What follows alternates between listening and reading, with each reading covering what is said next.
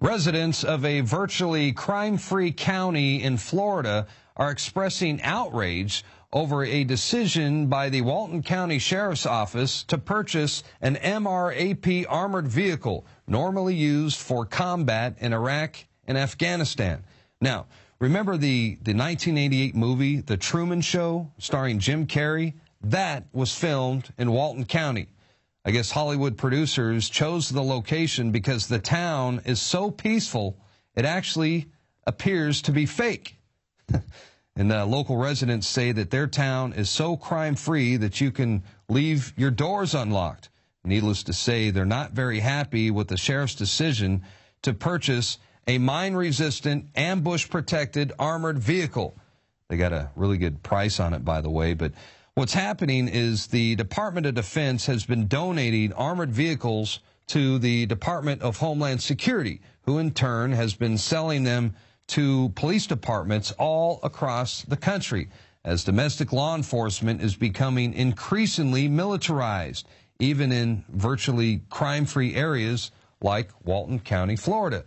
And I like what one of the county sheriff's officers posted on his Facebook page in response to angry residents. County Sheriff Mike Atkinson wrote, "This is not the federal government intruding on your civil liberties." Oh, really, Mike?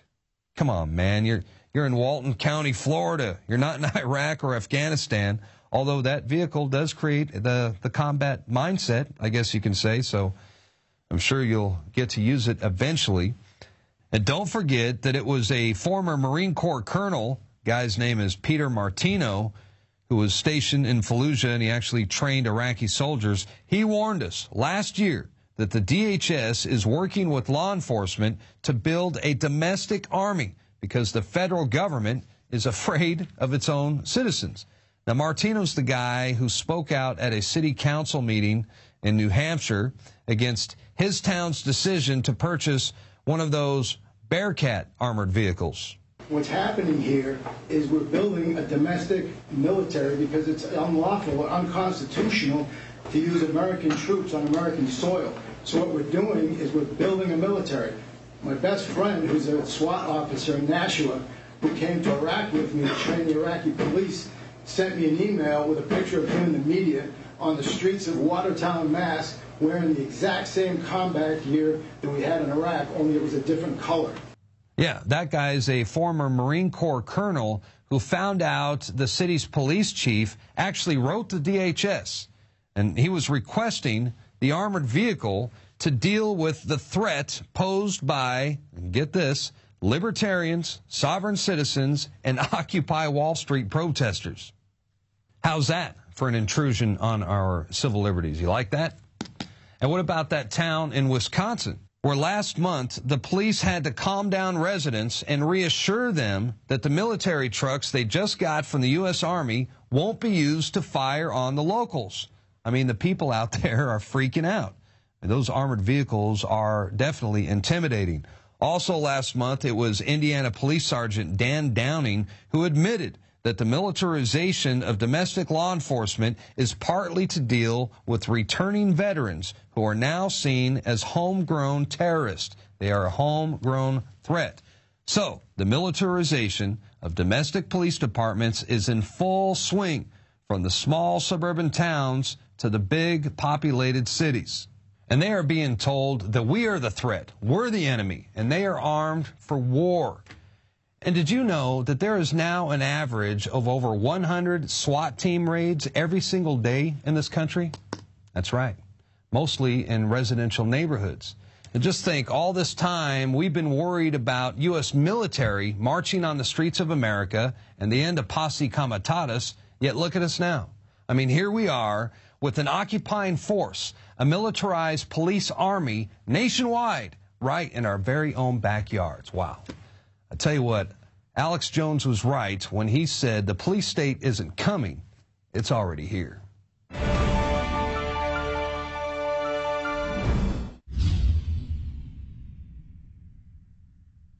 Alex Jones here to break down some exciting developments in the area of research concerning supplemental iodine.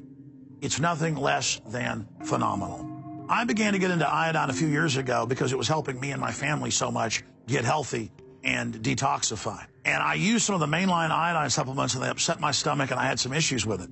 Until I discovered a product being developed by Dr. Group, who I was already interviewing as an expert on my radio show, and I began taking the product before he actually rolled it out. You now know it as Survival Shield True Nascent Iodine that your body can really absorb. Then, about a year ago, he said, listen, if you think this is powerful, I'm going to come out with rare earth, deep earth crystals that are incredibly powerful that no one else has as a source for their iodine from between 7,000 and 12,000 feet, literally drilled out of the ground. You put it on a hot plate and it turns into the pure gas. No one else has 99.99% pure iodine. And the results that I personally have had have been life-changing. I was over 270 pounds. And with the iodine, exercise, and better diet, I have lost now more than 50 pounds total, and I'm continuing to lose the weight. I have more energy, my libido, all this crap came out of my skin. I believe our research is conclusive. This is the best iodine out there. And I know this for a fact. Nobody else has got iodine based on these pure crystals, ladies and gentlemen. This is innovating. This is trailblazing. And the best part is it helps fund Infowars.com, the radio show, the TV show, the whole media operation promoting true libertarian ideas. For a limited time, experience the ancient power of Survival Shield X2. Take advantage of this unprecedented 30% off Super Detox special at InfoWarsLife.com.